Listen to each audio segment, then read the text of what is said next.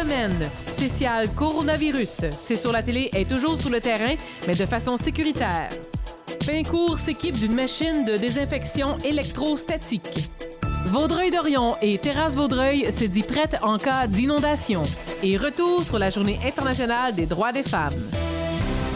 Face à la pandémie du coronavirus, les municipalités de la MRC de Vaudreuil-Soulanges ont fermé leurs installations publiques, sportives et culturelles, telles que les bibliothèques, piscines et arénas pour une période indéterminée. Les gens sont invités à se rendre sur le site web de leur ville pour plus d'informations. Le service de sécurité incendie de Pincourt vient d'acquérir une machine de désinfection électrostatique afin de les appuyer dans leur démarche en cas d'urgence. Monsieur Bernier, dans ce contexte de coronavirus, quelles sont les mesures que vous avez mises en place ici à Pincourt pour pouvoir faire face à la situation? Bien entendu, les mesures point de vue médical, point de vue premier répondant ont été renforcées à l'extrême. Les pompiers premiers répondants doivent porter des vêtements et des masques de protection supplémentaires. Ils ont une série de questions à porter aux patients avant d'entrer dans la maison, ce qui est prioritaire. Et ce qu'on dit aux gens, c'est quand vous appelez le 911, vous devez vous assurer que j'ai pas la grippe, je reviens pas de voyage, et on va vous le redemander pour pas exposer nos gens. Vous comprenez qu'on est des gens de première ligne, mais si on s'expose, on veut pas contracter le virus nous-mêmes, pour le contracter à notre équipe. Là, ce qu'on fait, on a acquis d'urgence en fin de semaine une machine de désinfection des endroits de travail. J'avais été témoin de cette machine-là qui avait été présentée au Congrès des chefs de quelques années. C'était dans l'optique qu'on venait d'un appel médical, qu'on avait des vêtements souillés, soit par le sang, soit par le H1N1 qu'on avait à l'époque. Et simplement, c'est une machine électrostatique qui envoie du peroxyde dans l'air et les particules collent à tous les parois possibles. C'est approuvé Santé Canada. C'est ce qu'on utilise dans les hôpitaux, dans les endroits de médecine. Donc, on va faire venir cette machine-là d'urgence samedi. Elle est arrivée lundi matin.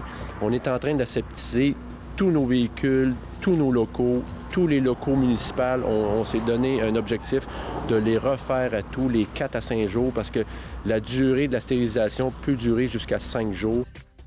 Cependant, les mesures drastiques imposées par les différents paliers gouvernementaux ne sont pas sans impact dans la région. Est-ce que ça a vraiment un impact sur les activités de la sucrerie ici? Oui, bonjour, je m'appelle Jean-François Béliveau. Oui, le coronavirus a une grosse impact sur notre sucrerie. Nous sommes obligés de fermer la salle à manger, une salle à manger qui contient une centaine de personnes par service. Alors, on fait 4 services par jour, ça fait 400 personnes de moins par jour. Tout ce qui est préparation, sous-produits, c'est tous des produits qui dorment, des produits de l'érable qui dorment. On avait beaucoup de préparation de fêtes pour passer le temps des sucres. C'est tout perdu. Les ventes à la ferme vont diminuer. Moins de repas à servir aussi. Parce que oui, il y a un impact. On sent qu'il y a un impact. Il y a moins d'achalandage. Moi, je suis à côté du Collège Bourget. Les travailleurs du Collège Bourget ne viennent plus, les écoles et tout ça. Puis il y a beaucoup de gens en vacances, en vacances forcées, en fait. Je sens un impact. Je respecte les consignes qui ont été données par le gouvernement de diminuer de 50 % la capacité. Moi, j'ai 30 places ici, alors j'ai diminué à 15 places. J'ai espacé le mètre nécessaire pour que les gens... Je vais aseptiser tout le temps les tables quand les clients s'en vont. Mais moi, je sens quand même un capital de sympathie, de vouloir encourager la petite entreprise. Moi, ma facture ici n'est pas très élevée. Je vends des croissants, des cafés, un petit dîner. Mais je sens que les gens viennent m'encourager. Ça, c'est bien apprécié, ça. Au jour le jour. Parce qu'on ne doit pas, à un moment donné, se mettre à paniquer. Il y a assez de gens là, qui ont des problèmes avec ça. Puis l'anxiété, ça cause les gens à faire des choix des fois assez stupides. On doit vraiment se protéger puis suivre les consignes. De toute façon, on n'a pas le choix. En tant qu'étudiant, comme vous dites, les cours sont arrêtés. On prévoit à peu près 2 semaines avant la reprise, mais on n'est pas certain. En attendant, on s'occupe. Je fais des travaux à la maison, de la peinture. J'en profite pour faire du ménage de printemps. La maison va être propre, ça c'est sûr. Lors d'une conférence téléphonique avec Simon Richard, directeur des communications de la MRC de Vaudreuil-Soulanges, celui-ci nous explique les différentes mesures mises en place par la MRC. fait, à la MRC, le service aux citoyens le plus important, c'est celui de la Cour municipale régionale. En ce moment, évidemment, on encourage fortement les gens à payer les constats d'infraction en ligne, disponibles avec l'application Constat Express. Là. On y a accès facilement sur le site Internet de la MRC au www.mrcvs.ca. Donc, les gens peuvent payer leur constat d'infraction là-bas. Ils n'ont pas besoin de se déplacer. On encourage fortement ça là, pour que les gens limitent leur déplacement. Également, par rapport à toutes les ententes pour la vente pour paiement de taxes, les gens peuvent venir au bureau de la MRC. Il y a des mesures qui ont été prises au rez-de-chaussée pour s'assurer de respecter les distances. Également, il y a des agents là, qui accompagnent les gens pour pouvoir faciliter la procédure. Sinon, au niveau de l'organisation autre, nous autres, c'est sûr que la MRC de Vaudreuil-Soulanges, quand même, on compte 23 municipalités. Il y a énormément de rencontres et autres. Donc, d'un côté institutionnel, on a suspendu toutes les rencontres avec les gens de l'externe physique. Tout se fait de manière téléphonique jusqu'à nouvel ordre là, pour limiter les contacts entre les personnes. Pour l'instant, également, à l'interne, on a des plans de relève et tout. Donc, on prévoit que les services à la population vont continuer normalement. Entre autres, dans les écocentres, le service jusqu'à nouvel ordre se poursuit. Également, par rapport à la collecte des matières recyclables, tout se poursuit. Il n'y a pas de changement à cet effet.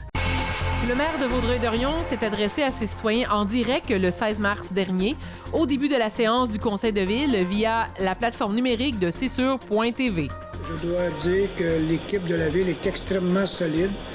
Je suis extrêmement fier des gens qui travaillent à la ville, nos électeurs, même les fins de semaine, qui se sont réunis, qui ont parlé, qui ont trouvé des idées. Et je dois avouer que notre chef d'orchestre, M. Olivier Barnès, est vraiment très, très bon dans son rôle. Il a eu une expérience un peu avec 2017, 2019, mais celui-là est un petit peu spécial. Donc, félicitations à toute l'équipe de la ville et on vous comprend. On va essayer de faire du mieux qu'on peut, mais on se doit de suivre les ordonnances gouvernementales. Puis je comprends très bien la situation, c'est-à-dire qu'on veut écraser tout ça au début pour ne pas que ça parte hors contrôle. À Saint-Zotique, le maire Yvon Chiasson a aussi tenu à rassurer ses citoyens et à expliquer les procédures mises en place par la ville. Je vous demande de prendre rendez-vous par téléphone si vous avez besoin de rencontrer quelqu'un à la municipalité. Ceci est pour protéger les employés et vous protéger vous. Vous savez, sur Internet, vous pouvez faire, si vous avez besoin de faire un paiement pour les taxes et autres, peu importe, vous pouvez toujours le faire par Internet. Mais si vous avez de la difficulté à le faire par Internet, ne vous gênez surtout pas. Appelez à la municipalité, ça nous fera plaisir de vous aider dans votre cheminement pour un paiement quelconque. On ne compte plus le nombre d'annulations d'événements, notamment dans les églises et autres lieux de culte. L'évêque du diocèse de Valleyfield, Monseigneur Noël Simard, et l'abbé Richard Nassara, prêtre de la paroisse Saint-Michel de Vaudreuil, invitent les paroissiens à ne pas se déplacer à l'église, mais plutôt de visionner la messe via les ondes télé et web. Ce matin, en ce 3e dimanche du Carême, les catholiques du Québec, comme à bien d'autres endroits dans le monde, sont privés d'Eucharistie. La décision des évêques, annoncée plus tôt cette semaine, d'annuler jusqu'à nouvel ordre les célébrations dominicales n'a pas été prise à la légère. Avec mes frères évêques, je sais l'importance de l'Eucharistie dominicale dans la vie de foi des croyantes et des croyants. En plus de nous réunir comme les enfants d'une même famille, l'Eucharistie actualise pour nous le don de vie fait par le Christ. Pour ceux et celles dont nous avons les adresses courriels, ils pourront recevoir la version électronique des feuillets paroissiaux. Concernant le feuillet paroissial, il est disponible sur le site de la paroisse, également sur le site Internet du diocèse. Les parcours de FVC et de catéchuménat sont interrompus pour 14 jours, en fonction des recommandations des autorités civiles relativement à la reprise des activités dans les écoles. Nous vous reviendrons pour de plus amples informations. Pour les célébrations de baptême déjà prévues, nous les maintenons, à moins que les familles elles-mêmes décident de les annuler. Sur le plan national, le gouvernement de Justin Trudeau annonce la fermeture des frontières aux non-résidents canadiens, sauf quelques exceptions, et demande aux Canadiens de rentrer au pays immédiatement. De plus, le gouvernement du Canada présente un important plan de relance fiscale. À Québec, le gouvernement a décrété le 14 mars dernier l'état d'urgence sanitaire. Le premier ministre François Legault exhorte toutes les personnes qui viennent d'un pays étranger ou qui présentent des symptômes de se placer en isolement volontaire pour 14 jours. Tous les rassemblements sont suspendus et les garderies, écoles, cégeps et universités sont fermées. Les personnes ayant 70 ans et plus doivent rester à la maison et les visites dans les hôpitaux et les CHSLD sont suspendues.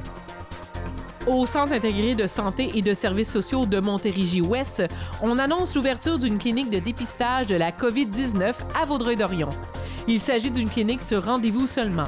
On écoute Jade Saint-Jean, porte-parole du CI3S de la région, qui rappelle les symptômes de la maladie et la bonne attitude à avoir si on est atteint.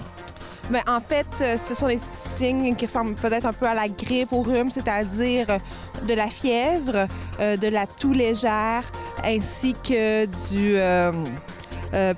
parfois, ça peut être douleur thoracique. Donc, c'est un peu les symptômes. L'actualité est aussi marquée par la préparation des villes pour affronter d'éventuelles inondations au printemps. Le maire de Vaudreuil-Dorion, Guy Pilon, assure que les dispositions sont prises et que ses citoyens n'ont pas à s'inquiéter. On est prêt autant que faire se peut. On a quand même une expertise de 2017-2019. Donc, on connaît toutes les cotes des élévations. On suit le cours de la rivière de l'Outaouais, de ce qui s'en vient du bassin versant, vraiment à côté des Laurentides, de l'Outaouais. Ce qu'il faut comprendre, c'est que toute l'eau qu'on reçoit ici, en grande partie, vient de l'extérieur. On n'a pas à craindre vraiment ce qu'on a sur notre territoire à nous. La problématique qu'il y a les autres années, c'est vraiment ce qui descend en haut qui est incontrôlable. Ce qu'il faut comprendre, c'est que le bassin versant qui est à l'extérieur de notre limite, qui vient des lacs, mais qui vient aussi des côtes et de la zone de l'Outaouais, des Laurentides, bien, c'est 300 mètres de dénivellation avant d'arriver ici.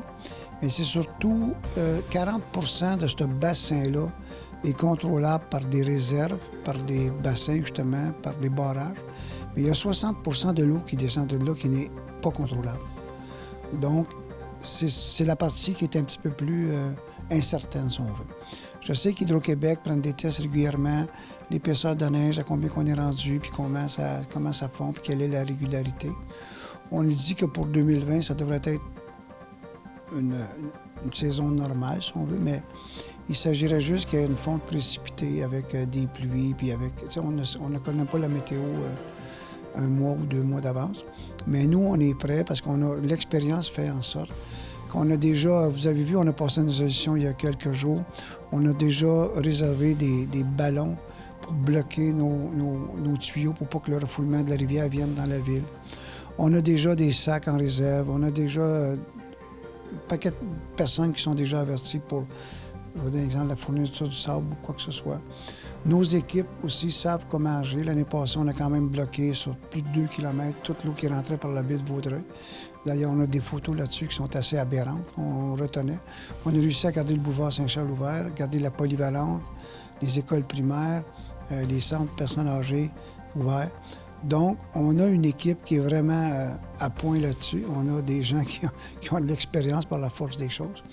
Mais notre plus grand atout, c'est la géomatique. Avec la géomatique, on sait exactement... D'ailleurs, on a retrouvé en 2019 des points qu'on avait mis en 2017 sur le bord de l'eau à certains endroits. Et on est arrivé au même point. Ça veut dire que ça vérifiait nos choses. Et la géomatique va nous permettre, suite à des données qui sont faites par Environnement Canada ou Hydro-Québec, donc l'élévation du lac est rendue à, je dis n'importe quoi, 22,10. À 22,10, voici quelle est la conséquence sur le territoire de la ville de Vaudreuil-Dorion. À 22,30, à 23, à 24, à 25. Et c'est comme ça que l'année passée, on a procédé pour s'assurer qu'on bloquait en prévision de ce qui s'en venait. Du côté de Terrasse Vaudreuil, en entrevue téléphonique, le maire Michel Bourdeau nous explique les moyens mis en place pour parer à toute éventualité. C'est sûr qu'on est en mode inondation aussi présentement. Hier, j'ai eu une rencontre téléphonique avec la vice-première ministre, Mme Guilbeault. Suite à ça, On suit l'évolution à tous les jours, au même titre qu'on suit l'évolution du coronavirus. On a envoyé ou on va envoyer dans les prochains jours une lettre aux citoyens qui ont été inondés. Un courriel pour leur dire certaines recommandations, de se préparer. D'après moi, ça va se faire soit vers la fin de la semaine ou au début de la semaine prochaine parce qu'on voulait laisser le temps aux gens aussi de digérer un peu le coronavirus, là, tout ce qui se passe, toutes les nouvelles annonces qu'il y a du gouvernement à tous les jours. Ce qui est important aussi, puis on sait que les inondations, ben ça va aller probablement, s'il y en a, plus vers le milieu avril, la fin avril, là, comme les autres années. À l'occasion de la Journée internationale des droits des femmes célébrée le 8 mars dernier, la table de concertation des groupes de femmes de la Montérégie a remis en question la définition de la violence conjugale donnée selon elle par certains hommes. Oui, certains groupes, mais c'est aussi une croyance qui est un peu partout dans la société. Dans le fond, nous, on dénonce la remise en question de la définition, de la remise en question de la violence conjugale. Pour nous, c'est très clair et comme vous l'avez dit, dans la politique gouvernementale en matière de violence conjugale aussi, la définition, elle est claire depuis 1995. Elle a été aussi réitérée récemment dans le plus récent plan d'action en matière de violence conjugale. Et elle est clairement issue des rapports d'inégalité hommes-femmes qu'il y a dans la société qui se répercutent dans la sphère privée. Alors, elle est vraiment issue des rapports d'inégalité et c'est vraiment une prise de contrôle d'une personne sur une autre. Ce qu'on voit, c'est vraiment un rapport de domination. Et c'est les femmes qui en sont les principales victimes dans 80% des cas. Et c'est elles qui sont victimes des impacts les plus graves. C'est 88% des voies de faits graves commis en contexte conjugaux que c'est des femmes qui en sont victimes. Elles sont aussi les principales victimes d'homicides conjugaux.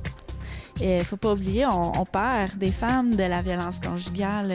Il y a 12 à 15 femmes par année, juste au Québec, qui sont tuées par un conjoint ou un ex-conjoint. Donc, c'est vraiment un phénomène de domination, de rapport d'inégalité entre les hommes et les femmes. Ce qu'on voit actuellement, c'est des groupes qui vont tenter de mettre différentes manifestations de violence qui peuvent se produire au sein d'un couple, comme des gestes de violence ponctuels qui peuvent survenir, comme des chicanes de couple, des conflits situationnels. Alors, eux, ils vont regrouper toutes ces manifestations de violence sous l'appellation violence conjugale. Alors, ce que ça fait, c'est que ça ne tient pas compte du tout du rapport de pouvoir et ça fait que ça nuit à la compréhension qu'on a en tant que société de c'est quoi la violence conjugale. La Ville d'Hudson entend également se doter d'une nouvelle politique de lutte contre le harcèlement psychologique. Que la Ville va instaurer une nouvelle politique. C'est une obligation légale dans le droit du travail qu'il faut protéger nos employés. On doit s'assurer qu'on a un milieu de travail qui est sain, qui est respectueux, qui est libre de harcèlement psychologique. Et avec raison. On avait une politique, on a toujours une politique qui est une politique de zéro violence dans le milieu du travail. On l'a instauré il y a 4 ans et c'est certain que c'était une politique qui était à la mesure dans le temps, mais on a vu qu'il y avait des lacunes. Elle n'avait pas de dents, si je résume brièvement. Là. On ne pouvait pas aller suffisamment loin. Ça disait que oui, l'employeur avait une obligation, mais ça n'expliquait aucunement comment qu'un employé aurait pu faire une demande de la part de l'employeur de vérifier si, en effet, il y a un harcèlement psychologique et qu'est-ce que les remèdes seraient de la part de l'employeur pour s'assurer que les droits de l'employé soient respectés. Alors, on a décidé d'instaurer, juste le mois passé, une nouvelle politique. Et la nouvelle politique, non seulement que c'est beaucoup plus clair pour l'employé, qu'est-ce qui est le harcèlement psychologique, comment il pourrait déclencher un processus de grief d'un harcèlement psychologique, mais comment que l'employeur va par la suite prendre des démarches pour s'assurer qu'en effet, de prime abord, il y a de l'harcèlement psychologique et en deuxième lieu, qu'est-ce que l'employeur va faire pour corriger la situation? Des avis disciplinaires, des suspensions, quoi qu'il en soit. Ou encore, est-ce que peut-être qu'il n'y a pas de harcèlement psychologique, mais ça reste que maintenant, on a un système où il y a un processus clair, net et précis. Puis les employés, je pense qu'ils vont apprécier le fait que maintenant, ils peuvent aller à la directrice des ressources humaines, porter plainte en temps et lieu, et que l'employeur ne va pas juste confirmer qu'il y a une obligation de s'assurer qu'il y a un milieu de travail sain et respectueux, mais que l'employeur va également agir pour s'assurer qu'il y a un milieu de travail sain et respectueux.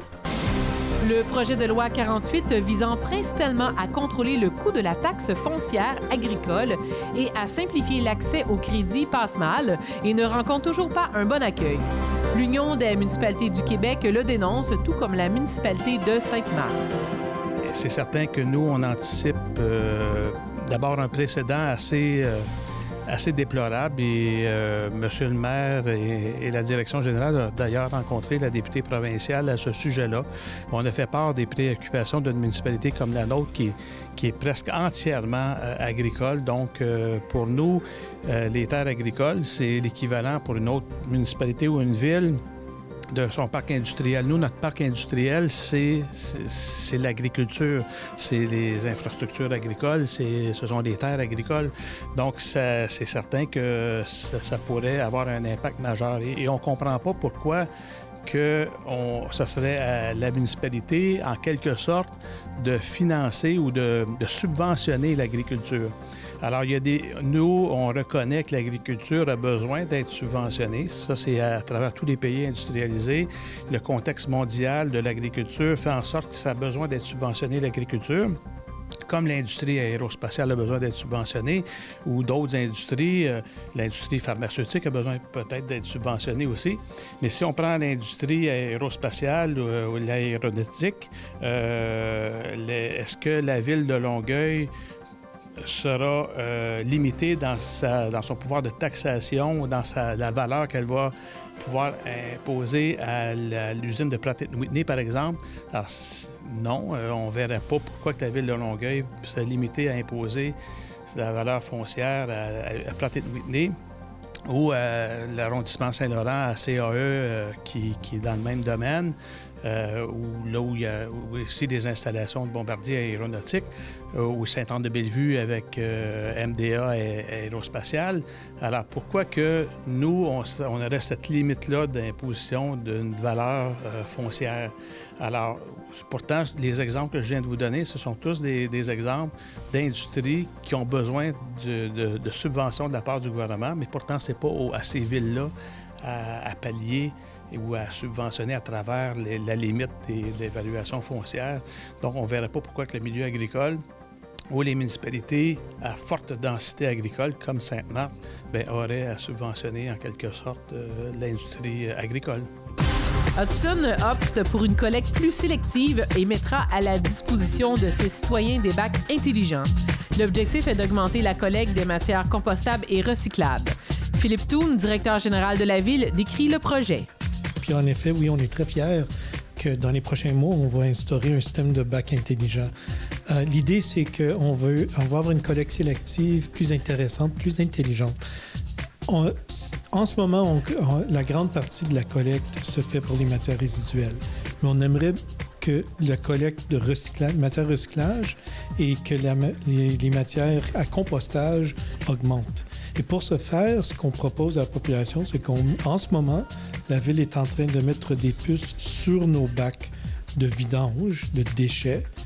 Et avec les puces, quand les camions de collecte vont venir ramasser les matières résiduelles, on verra c'est à quelle fréquence que la population est en train d'utiliser leur bac vert.